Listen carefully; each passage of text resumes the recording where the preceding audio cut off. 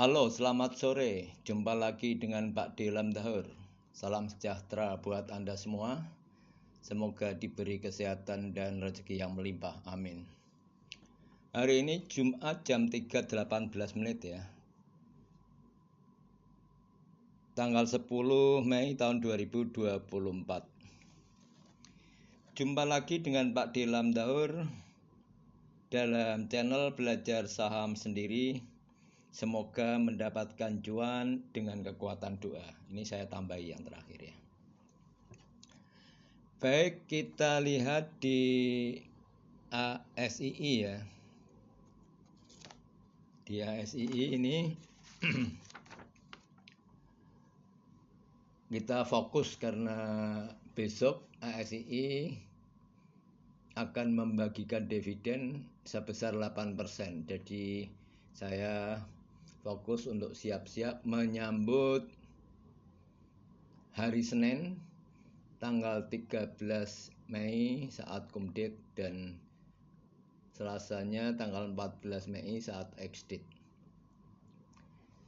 Saham ASI ini mungkin banyak peminatnya ya, dan menjadi incaran para investor saham yang terutama para retail ya, para retail yang mungkin sudah nyangkut di sana. Yang para retail ini selalu ramai juga jika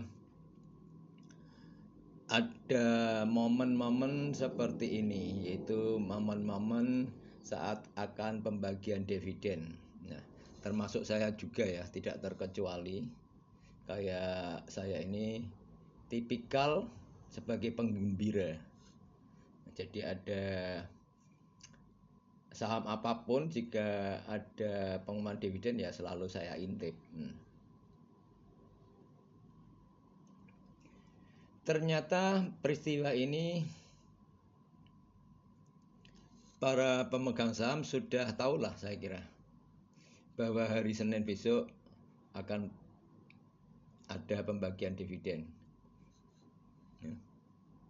Dan untuk itu para pemburu dividend hunter juga banyak yang menunggu. Sekali lagi momen-momen seperti ini bagi yang dapat ya dapat dua cuan ya, dapat dua double gain, istilahnya double gain. Pertama capital gain dan kedua dividen. Oke lah, kembali lagi ke ASII ya. ASII secara teknikal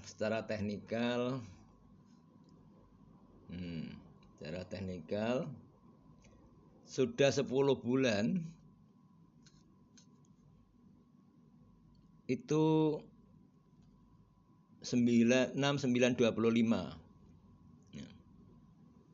Agustus, terus mengalami penurunan.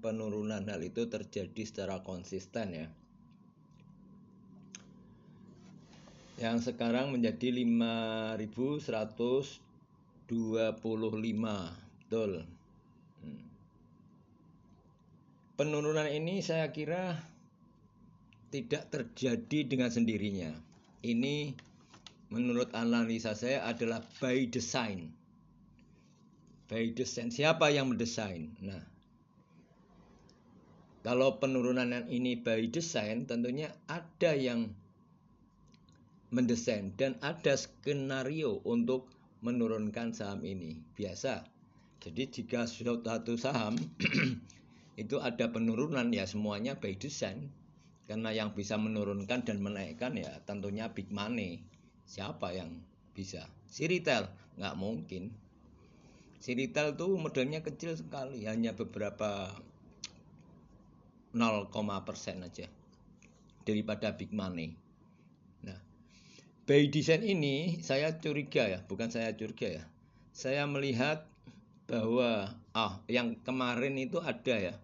Nah, yang kemarin kita lihat, coba kita ulang lihat di Corp Action itu si asing ya, netbuy-nya asing itu kan tinggi ya. Ternyata ini di sini ada BK juga, ada BK, ada AK. Ya. Nah, BK AK ini kan asing, YU juga asing. Nah, BK AK, ya, YU. Ya. Nah, BK ini juga terendus ketika penjualan besar-besaran di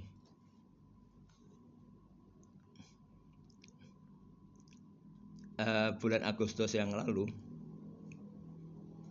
Dia menjual besar-besaran karena sudah mendapatkan untung banyak di waktu harga tertinggi. Ya, ini waktu dia ini kan menurunkan sampai di sini ya. Itu orang asing tuh gitu.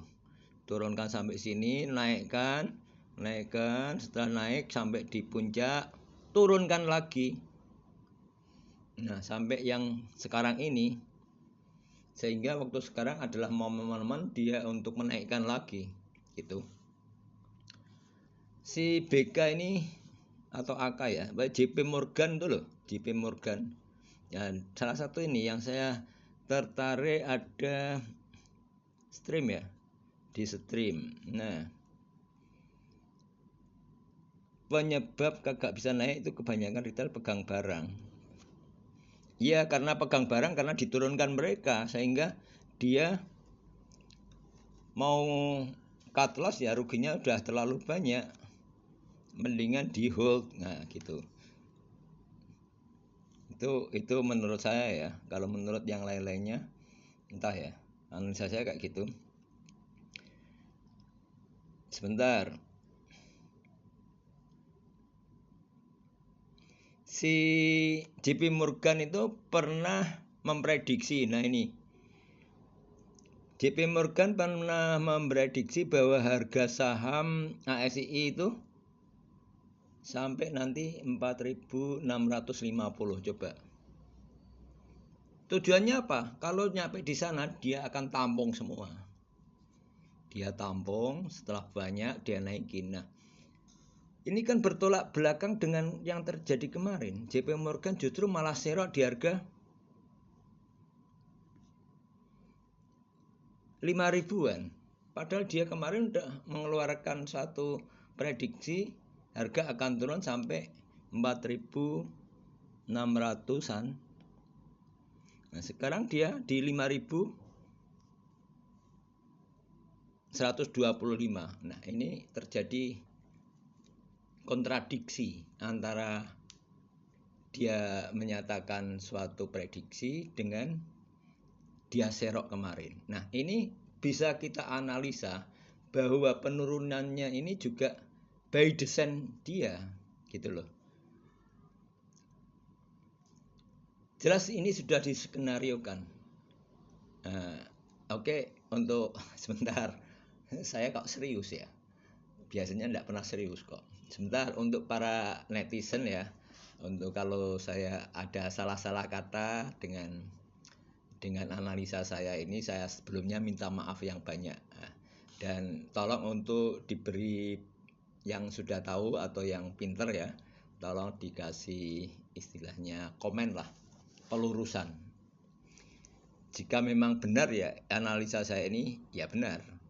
Tapi jika salah ya salah. Di sana untuk di order book itu terjadi tiktokan antara BK dan kroni-kroninya supaya harga naik gitu. Jadi mereka jual ke kroninya, saya anggap ini kroni, bolo. Ya bolo nih. Bolo nih yuk mulai. Nah, gitu istilahnya. Mulai siap untuk dinaikkan gitu. Nah, bolo nih, yuk bareng-bareng cari untung, bareng-bareng didum. Nah, ada lagi yang saya tertarik dengan apa ini? Streamnya tadi. Ada kata-kata yang saya perhatikan lucu ya. Lucu. Saya suka baca ini kok. Selama ini nggak ada yang bilang ASI bangkrut. Nah, suatu isu jelek di move di stream ini ya, sehingga ada yang menanggapi ASI tidak ada kok katanya bangkrut. ASI itu perusahaan besar kok, perusahaan holding besar dan banyak perusahaannya. Jadi untuk bangkrut itu gimana? Wong dia untuk laporan Q1-nya juga bagus, tidak amat ada jelek-jelek amat, dan dia juga bisa mengeluarkan dividen yang cukup tinggi. Nah ini lucu juga ya, di depan mata 8% pasti dapat. Malah mereka mau jadi untuk dapat cuan 8% yang belum jelas. Dapat apa enggak? Oh Yius. Keturunanmu banyak sekali. Yius itu siapa? Saya enggak tahu. Yius keturunannya banyak sekali. Setahu saya Yius itu dewa ya. Dewa mitos Yunani. Kalau enggak salah, cuman dewa apa saya enggak tahu. Lucu kan? Nah, saya suka baca ini. Oke, kita balik lagi ke ASI ya. Ke ASI yang jelas menurut saya itu penurunannya by design, sudah diskenariokan sejak bulan Agustus yang lalu. Nah, dengan cara membesarkan isu yang jelek-jelek agar Astra turun, dan isu itu ditanggapi oleh para retail yang waktu itu sudah memegang di harga yang tinggi. Dan kedua, tentang itu analisa yang tentang saham ASI akan mengalami penurunan ini juga akan memperparah, juga sudah memperparah. Nah, analisa itu mungkin secara teknikal menurut orang-orang yang suka analisa turun-turun, nah, itu akan memperparah juga kondisi ASI. Yang ketiga ada prediksi itu. Nah, penurunan, nanti prediksinya bulan ini turun sampai di sini. Nah, untuk para retail yang modalnya kecil jelas kemakan ini. Dia takut rugi banyak karena modalnya kecil. Nah, bagi retail yang investor yang memang sengaja untuk di hold 1 tahun atau 2 tahun atau 5 tahun ya pasti untung. Makanya saya juga menyarankan pada retail ini ya, jangan terlalu gerusa-gerusu untuk bertindak. Sebelum bertindak untuk beli saham atau menjual saham, dipikirkan matang-matang bahwa ini loh, kita beli saham itu investasi, bukan membeli dan menjual dengan cepat. Itu yang selalu saya sarankan. Memang basic untuk membeli saham kan untuk investasi gitu. Dengan adanya isu-isu tadi, ada isu jelek, ada ASI bangkrut yang semula dia embus-embuskan hanya untuk supaya saham itu turun, karena modal yang ada di retail ini kan pas-pasan, jadi dia takut dan termakan dan tidak mau hold lama, tidak mau. Ya saya maklum ya, namanya retail itu ya seperti itu. Pedagang pasar kalau modalnya kecil kan seperti itu. Yang diuntungkan tuh yang diuntungkan itu pedagang pasar yang punya modal besar, baik itu di pasar tradisional atau di pasar online kayak gini. Ini saya anggap ini pasar online ya, saham ini ya. Itu yang diuntungkan tetap ya modal besar. Dia bisa menyimpan, istilahnya nimbun lah. Nek cara Jawane itu waktu barang murah banyak ditimbun sebanyak-banyaknya. Sewaktu barang mahal dia jual. Nah, itu memang yang terjadi di pasar. Oke. Saya sebelum menutup video ini ya, coba saya perlihatkan ini Lo Keng Hong ya. Lo Keng Hong itu saya suka dengan Lo Keng Hong. Dia orang kaya, dia berhasil dalam hal investasi saham. Dia tidak sombong. Dia halus kata-katanya. Dan kalau mendengar kata-katanya itu kita adem ya, enak. Dia tidak flashing. Mobilnya tidak mau pakai mobil mewah. Saya pernah ketemu di Jakarta. Lo Keng Hong itu, kalau orang yang trading itu kan dapatnya uang receh. Maksudnya trading itu yang cari pendapatan sehari-hari itu loh. Harga murah beli, besok sore harga naik jual. Nah, itu maksudnya Pak Lo itu gitu. Kalau orang wait and hold kan dapatnya uang gede, gitu. Karena untuk mendapatkan uang besar itu bukan dari jual beli saham, tapi dari menunggu, dari waiting. Nah, ya betul. Investasi 1 tahun minimal. Kenapa kita nggak kuat memegang saham selama 1 tahun? Padahal deposito aja 1 tahun kuat kok. Aneh kan? Aneh. Karena apa? Lagi kembali ya. Karena apa? Waktu kita buka HP ini, mungkin ini dialami oleh orang-orang ya. Ini mungkin bukan saya tok, mungkin orang-orang banyak membuka HP ini melihat aplikasi jual beli saham itu. Nah, setelah melihat ada emiten saham yang naik ya, kita pasti tangannya gatel. Tangannya gatel kepingin beli, apalagi di deposit RDN ada, dia beli. Nah, itu ternyata waktu beli harga turun, wah bukan untung tapi buntung. Itu coba ada yang komen, silakan komen ya, terjadi pada para netizen ini enggak. Itu yang saya alami dan mungkin itu juga dialami oleh banyak netizen seperti itu.